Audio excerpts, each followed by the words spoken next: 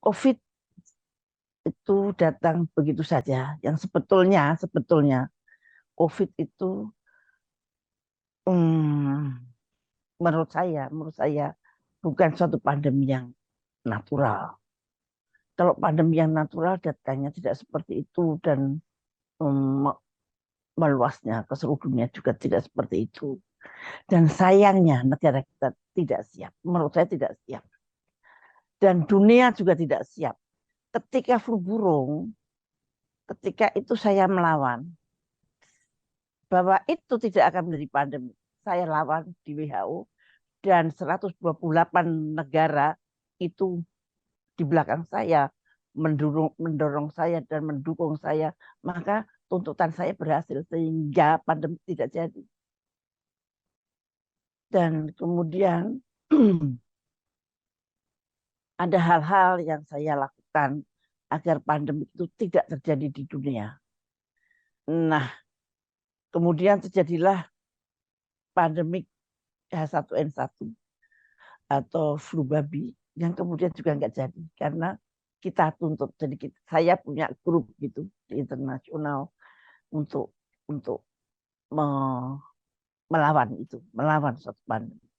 Tapi lucunya ketika mau COVID, saya tidak merdeka, saya di penjara gitu.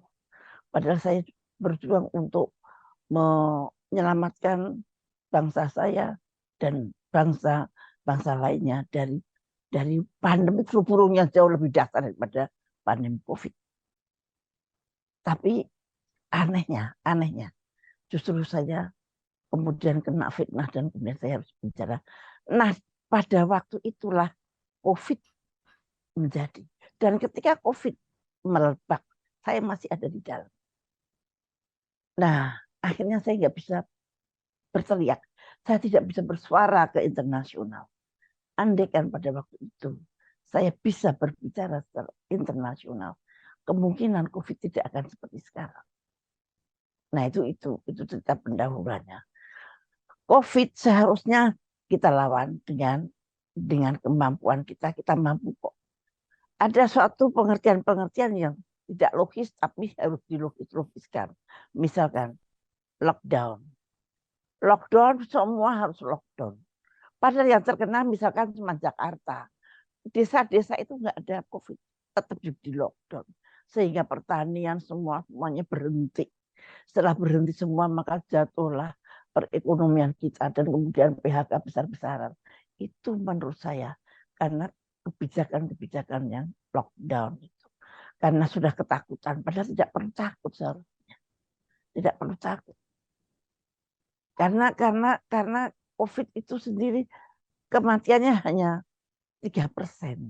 Sedangkan flu burung kematiannya lebih dari 70%, bahkan 90% flu burung. Jadi case fatality-nya bisa 90%. Kalau COVID cuma 3%. Tetapi operasi komunikasi yang sangat masif dan dahsyat dari globalis itu melingkupi dunia sehingga tidak logis pun dilakukan. Misalkan buka pintu sampai pakai pakai ini apa sih itu. Padahal sebenarnya virus COVID itu kalau kena panas 5 menit mati, Pak. Kena hawa dan hawa kita itu 5 menit meninggal. Nggak, nggak akan bisa nempel-nempel di mana-mana. Virus itu butuh sel untuk hidup. Kalau dia nempel di besi atau di kayu tidak akan bisa hidup. Tapi karena supaya kita takut, yang nakut-nakutnya luar biasa. Luar biasa. Dan itu suatu yang anomali menurut saya. Sebetulnya tidak begitu yang namanya pandemi. Tidak begitu. Tetapi apa daya, menurut saya, semua disetel dari global. Harus nurut. Dan ternyata kemauan global itu berhasil. Dan negara-negara di dunia semua lumpuh, semua anjlok ekonominya, banyak PHK di mana-mana. banyak kesengsaraan, disebar kesengsaraan. Mereka ingin memaksakan digitalisme, semuanya menjadi online dan sebagainya. Tidak perlu sekolah bertemu, tidak perlu bekerja itu bertemu dan sebagainya. Itu adalah suatu step-step di mana mereka ingin menguasai kita secara seutuhnya. Nanti lama-lama garis negara tidak diperlukan lagi.